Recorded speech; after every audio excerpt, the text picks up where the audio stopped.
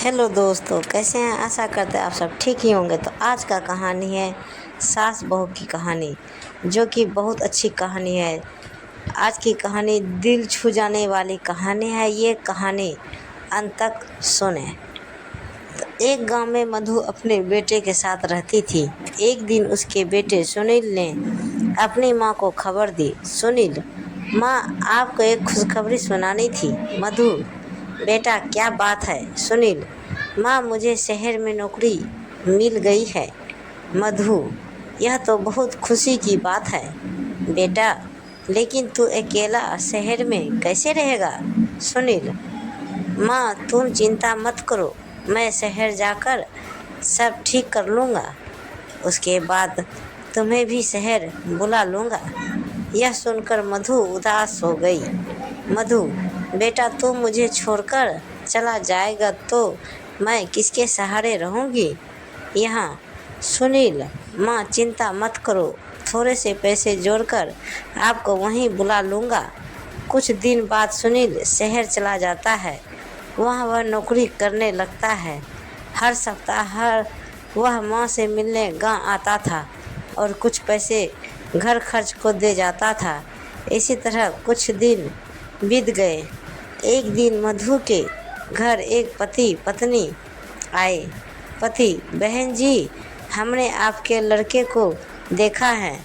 हम अपनी बेटी आशा की शादी उससे करना चाहते हैं। पत्नी, बहन हमारी बेटी बहुत सुंदर है और हम आपको बहुत सारा दहेज देंगे। हमारे पास बहुत पैसा है। मधु, बहन जी, पैसे और दहेज की बात ना कीजिए। हम दहेज नहीं लेंगे और आप इतने पैसे वाले हैं, लेकिन हम तो बहुत गरीब हैं। हमारी आपकी कैसे नहीं पाएगी? यह सुनकर पति ने जवाब दिया। पति, बहन जी आप चिंता मत करें। यहाँ आने से पहले हमने आपके बारे में सब पता कर लिया है। हमें आपका लड़का बहुत पसंद है। सुनील से बात करके दोनों लड़की देखने जाते हैं। लड़की उन्हें पसंद आ जाती है। इसके बाद दोनों की शादी हो जाती है। शादी के बाद आशा बहू बनकर घर आ जाती है। कुछ दिन गांव में रहने के बाद सुनील अपने काम पर जाने लगता है। आशा, मैं इस गांव में नहीं रह सकती, मुझे भी शहर ले चलो। सुनील, तुम कुछ दिन माँ के साथ रहो, फिर मैं तुम दोनों को शहर ले जाऊंगा। आशा, मैं इस गरीबी में नहीं रह सकती। पता नहीं पापा ने क्या देखा कि कर मेरी शादी यहाँ करा दी। या तो मुझे शहर ले चलो या फिर मैं अपने पापा के घर जा रही हूँ। मधु, बेटा तू बहू को लेकर चला जा, मेरी चिंता मत कर। सुनील, नहीं माँ, नहीं माँ, ऐसा करते हैं, हम सब साथ में शहर चलते हैं। तीनों शहर में रहने लगते हैं। आशा का व्यवहार धीरे धीरे बदल जाता है। वह हर समय सास से छुटकारा पाने के बारे में सोचती थी। एक दिन मधु सुनील से बात कर रही थी, तभी वहाँ आशा आ जाती है। आशा, हाँ माँ जी, आप भड़का लीजिए इन्हें मेरे खिलाफ। जब से ये शहर में आए हैं ना, तो मुझे कहीं घुमाने लग गए, ना ही मेरे साथ ढंग से बात करते हैं और ना ही सब आपके कारण हो रहा है।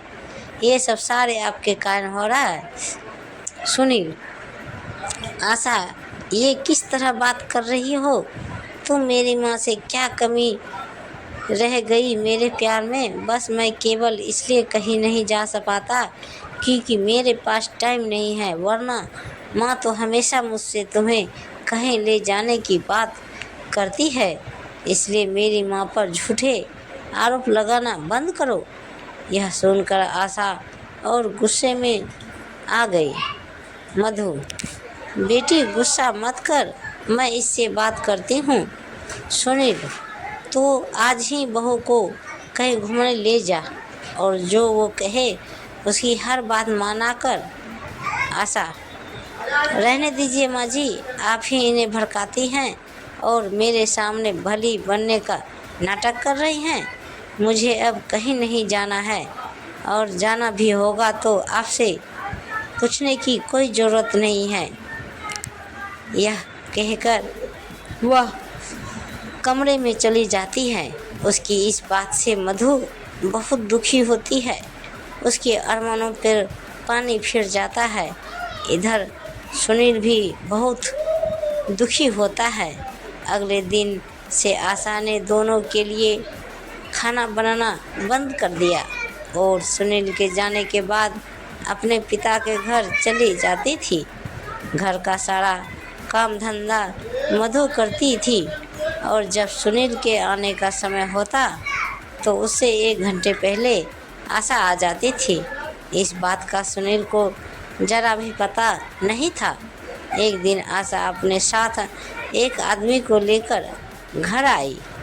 आशा, माँ जी, ये प्रकाश जी हैं। ये बुजुर्गों को तीर्थ यात्रा पर ले जाते हैं। 1 महीने की यात्रा है जिसमें सारे तीर्थ कराते हैं। बहुत कम खर्च में मैंने पैसे जमा कर दिए हैं। आप शाम को ही इनके साथ चली जाना। मधु, लेकिन बेटी एक बार सुनील से तो पूछ लेने दे। आशा, नहीं माँ जी, वो आपको जाने नहीं देंगे और ऐसा मौका आपको दोबारा नहीं मिलेगा। मधु आशा की बातों में आकर शाम को उस आदमी के साथ चली जाती है। उसके बाद वो शाम को जब सुनील आता है तो वह माँ को ना पाकर पूछता है। तब आशा कहती है, आशा माँ जी तो तीर्थ यात्रा पर चली गई है। उनके गांव से एक आदमी आया था, वो उन्हें अपने साथ लेकर गया। सुनील बहुत परेशान हो गया। वह कुछ दिन माँ का इंतज़ार करता रहा लेकिन माँ नहीं आई। उसके बाद वह गांव गया माँ के बारे में पता करने, लेकिन माँ का कहीं भी पता नहीं चला। आशा बहुत खुश रहने लगी। उसके रास्ते का कांटा हमेशा के लिए निकल गया था। इधर वह आदमी मधु को बहुत दूर ले जाकर एक रेलवे स्टेशन पर बैठाकर चला जाता है। मधु को कुछ पता नहीं होता। जब वह सुबह देखती है तो वहाँ कोई नहीं था। मधु घबरा जाती है। वह रास्ता ढूंढने लगती है लेकिन उसे कहीं कुछ समझ नहीं आता। इधर सुनील अपनी माँ के लिए बहुत परेशान रहने लगा। वह बीमार पड़ गया। उसके बाद आशा ने जब यह सब देखा तो वह एक दिन अपने पिताजी के पास गई। आशा, पापा जिस आदमी को आपने भेजा था उससे पता करो मेरी सास कहाँ है। उनके बिना तो ये बीमार पड़ गए हैं। उसके बाद पिता, बेटी तेरी सास को छोड़ने के बाद वह आदमी वापस आ रहा था, उसका एक्सीडेंट हो गया, वह मर गया और तब से मैं भी बीमार पड़ा हूँ। बेटी, हमें ऐसा नहीं करना चाहिए था। उसके बाद यह सुनकर आशा रोने लगती है। इधर माँ के गम में सुनील की बीमारी बढ़ जाती है। उसके बचने की कोई उम्मीद नहीं रहती है। सुनील एक दिन आशा से कहता है, सुनील, आशा तुम मुझे गांव ले चलो। मैं अपने प्राण अपने गांव में त्यागना चाहता हूँ। मेरी अंतिम इच्छा पूरी कर दो। इसके बाद यह सुनकर आशा रोने लगती है और सुनील को गांव ले जाती है। जब वे अपने घर पहुंचते हैं, आशा घर में जाती है तो देखती है मधु घर में खाना बना रही थी। यह देखकर वह अचंभे में आ जाती है। सुनील अपनी माँ को देखकर रोने लगता है। मधु सुनील की हालत देखकर उसे सहारा देकर बैठाती है। सुनील, माँ तुम यहाँ कैसे? मैंने तुम्हें कहाँ नहीं ढूंढा। मधु बेटा बहू ने जिस आदमी के साथ मुझे तीर्थ यात्रा पे भेजा था वह धोखा देकर भाग गया। मैं भटकते भटकते किसी तरह गांव पहुंच गई। मुझे लगा मेरा शहर में आना बहू को पसंद नहीं था, इसलिए यही मैं मेहनत मजदूरी करके अपना गुजर बसर करने लगी। लेकिन तूने अपनी ये हालत कैसे बना रखी है? इसके बाद आशा माँ जी मुझे माफ़ कर दीजिए। आपसे पीछा छुड़ाने के चक्कर में मैं अपनी ही गृहस्थी में आग लगा बैठी थी। इनके ये हाल है कि डॉक्टर ने जवाब दे दिया है यह सब मेरे पिता ने करवाया था। वे भी बहुत बीमार हैं और वह आदमी एक्सीडेंट में मर गया जिसे मेरे पिता ने भेजा था। सुनील अब तुम यहाँ से चली जाओ। मैं अपनी माँ को चरणों में मरना चाहता हूँ। मुझे चैन से मरने दो मधु। नहीं बेटा, अब तू क्यों चिंता करता है? मैं तुझे मरने नहीं दूंगी और बहू को माफ़ कर दे। इसे अपने किए से सज़ा मिल गई है। उसके बाद सास बहू ने दिन रात सुनील की सेवा की, उसे खुश रखने की कोशिश की। माँ का प्यार पाकर सुनील कुछ ही दिनों में बिल्कुल ठीक हो गया।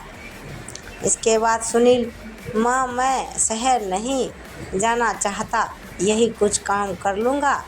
शहर की चकाचौंध में सब धुंधला नज़र आता है, यहाँ तक कि रिश्ते भी। इसके बाद कुछ दिन बाद आशा के पिताजी घर आए और मधु के पैरों में गिरकर माफ़ी मांगने लगे। इसके बाद पिता बोले बहन जी मैं अपनी बेटी को सुखी देखना चाहता था, लेकिन ये भूल गया एक माँ को उसके बेटे से अलग कर जो अपराध कर रहा हूँ उससे मेरी बेटी का संसार कभी सुखी नहीं रह सकता। मधु मैंने आप सभी को माफ़ कर दिया है। इसके बाद आशा बिल्कुल बदल चुकी थी, यानी कि वो नॉर्मल हो चुकी थी। वह अपनी सास की सेवा करने लगी। सुनील उसके व्यवहार से बहुत खुश रहने लगा। तो दोस्तों ये पारिवारिक कहानी आपको कैसी लगी नीचे कमेंट बॉक्स में हमें ज़रूर बताइएगा। कहानी को पूरा सुनने के लिए शुक्रिया। और ऐसी ही खट्टे मीठे कहानी जैसे सास बहू नैतिक धार्मिक कहानी सुनना चाहते तो हमारे चैनल को सब्सक्राइब करें। तो प्रेम से बोलिए जय माता दी, हर हर महादेव। ऐसे ही वीडियो देखने के लिए हमारे चैनल को सब्सक्राइब करें और वीडियो को लाइक ज़रूर करें। धन्यवाद। तो दोस्तों मिलते हैं अगले वीडियो के साथ, तब तक बाय बाय, जय हिंद।